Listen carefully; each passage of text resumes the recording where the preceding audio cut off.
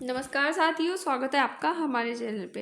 Death want to dogs, animal rights activities to launch do or die, protest Sunday against SC order, Supreme Court का order.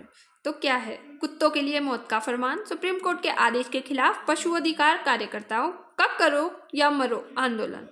मामला क्या है? Supreme court ने आवारा कुत्तों यानी कि स्ट्रीट डॉग्स से जुड़े मामले में नागरिकों की सुरक्षा पर सख्त टिप्पणी की है कि कुछ राज्यों स्थानीय निकायों को आक्रामक कुत्तों को हटाने, जैसे कि खुले में कुत्तों की संख्या नियंत्रित करने जैसे कदम उठाने के निर्देश दिए गए।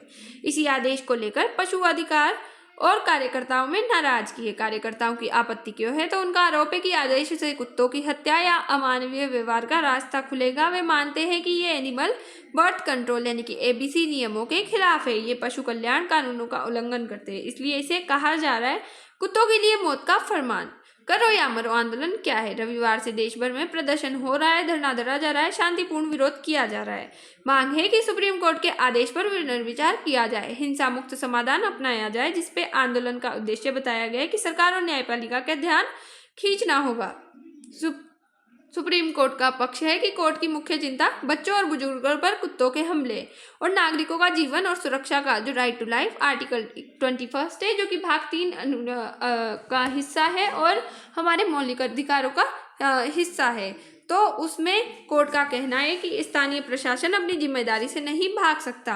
और हाल ही में एक आई थी कि कुत्तों के काटने से जो रेबीज होता है उसकी वैक्सीनेशन भारत में गलत पेटेंट किया गया है। वो नकली पेटेंट है, जिससे बहुत से लोगों में बहुत गंभीर साइड इफेक्ट देखने को मिले हैं और बहुत से विदेश के लोगों ने कहा है कि हम वापस हमारे देश में जाके वैक्सीनेशन कराएंगे, इससे तो कुछ होने वाला नहीं है। तो बहुत सी लोगों की जान जाती है कुत्तों के काटने वगैरह से। पशु अधिकारी कार्यकर्ताओं का पक्ष है कि कुत्तों की समस्या का समाधान नसबंदी, टीकाकरण या वैज्ञानिक जनसंख्या नियंत्रण से किया जाना चाहिए, न कि मारना, जबरन हटाना। वे कहते हैं कुत्ते भी संवेदनशील जीव है यानी कि सेंसिटिव है, अधिकारों के हकदार है। कानूनी पहलू देखें तो prevention of cruelty to animals act 1960, animal birth control rule article 21, जो कि मौलिक अधिकार नागरिकों का जीवन, साथ ही मानवीय व्यवहार का सिद्धांत। यही कारण है कि मामला अधिकारों के टकराव का है। भारत में आवारा कुत्तों की स्थिति। भारत में अनुमानित 6 से 7 करोड़ आवारा कुत्ते, शहरी क्षेत्रों में संख्या तेजी से बढ़ रही है। मुख्य कारण है कचरा प्रबंधन की खराब व्यवस्था, खुले मांस, खाद्य अवशेष और अनियंत्रित प्रजनन। रेबीज और जन स्वास्थ्य। भारत में रेबीज से होने वाली मौतों में दुनिया में सबसे ज्यादा है, यानी कि सबसे ज्यादा भारत में ही होती है रेबीज से।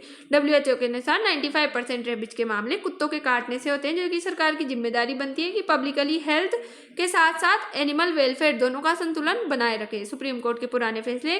कोर्ट ने पहले भी कहा कि कुत्तों को मारना संविधान नहीं, लेकिन साथ ही ये भी कहा नागरिकों की सुरक्षा सर्वोपरि है। ये कारण है कि कोर्ट का रुख कभी कभी सख्त दिखता है। स्थानीय प्रशासन की भूमिका। नगर निगमों की विफलता यानी कि नसबंदी केंद्रों की कमी है, प्रशिक्षित स्टाफ का अभाव है, बजट की कमी या दुरुपयोग किया जाता है, भ्रष्टाचार हमें देखने को मिलता है। नतीजा है समस्या कोर्ट तक पहुंचती है।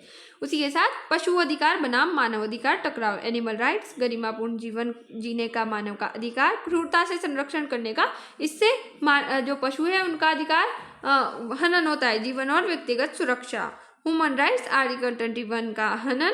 और ये मामला एब्सोल्यूट राइट्स नहीं है, बैलेंस का सवाल यहाँ पे बनता है, यानी कि मौलिक अधिकार भी एब्सोल्यूट नहीं है, ना कि एनिमल के अधिकार जो कि एब्सोल्यूट है। एब्सोल्यूट तो कोई सा भी नहीं है। इन पे रीजनल रेस्ट्रिक्शन लगाई गई है, यानी कि युक्त प्रतिबंध हमारा सुप्रीम कोर्ट लगा सकता है। इनमें बैलेंस बना के चलना होगा। राजनीतिक और सामाजिक प्रतिक्रिया क्या है? तो कई पशु प्रेमी संगठन सड़क पर, सोशल मीडिया पर अभियान चला रहे, जैसे कि #SaveStayDog और #Stop Killing Dogs। कुछ नागरिक समूह कोर्ट के फैसले का समर्थन करते हैं, जबकि समाज भी दो हिस्सों में बटा हुआ हमें दिखाई देता है। असली चुनौती मानव सुरक्षा बनाम पशु अधिकार। शहरीकरण से कचरा बढ़ा है, आवारा कुत्तों की संख्या बढ़ी है, लेकिन प्रशासनिक विफलता का बोझ कुत्तों पर डालना कितना सही है? यानी कि वो तो बोलते भी नहीं, उन पे क्यों डालना चाहिए ये सब कुछ? संभावित समाधान यही है कि बड़े पैमाने पर नसबंदी कार्यक्रम चलाया जाए, कचरा प्रबंधन सुधार हो, स्थानीय निकायों की जवाबदेही बनी रहे और अच्छे से इम्प्लीमेंट किया जाए कोई भी स्कीम का। नागरिकों के साथ साथ प्रशासन और पशु संगठनों का सहयोग बढ़ना चाहिए। हिंसा मुक्त टिकाऊ नीति अपनानी चाहिए। कंक्लूजन यही है कि यह मामला केवल कुत्तों का नहीं, ये सवाल है सभ्य समाज का, संवैधानिक संतुलन का। समाधान टकराव में नहीं, संवेदनशील और वैज्ञानिक दृष्टिकोण में है। I hope you understand. Thanks for watch. जय हिंद, जय भारत।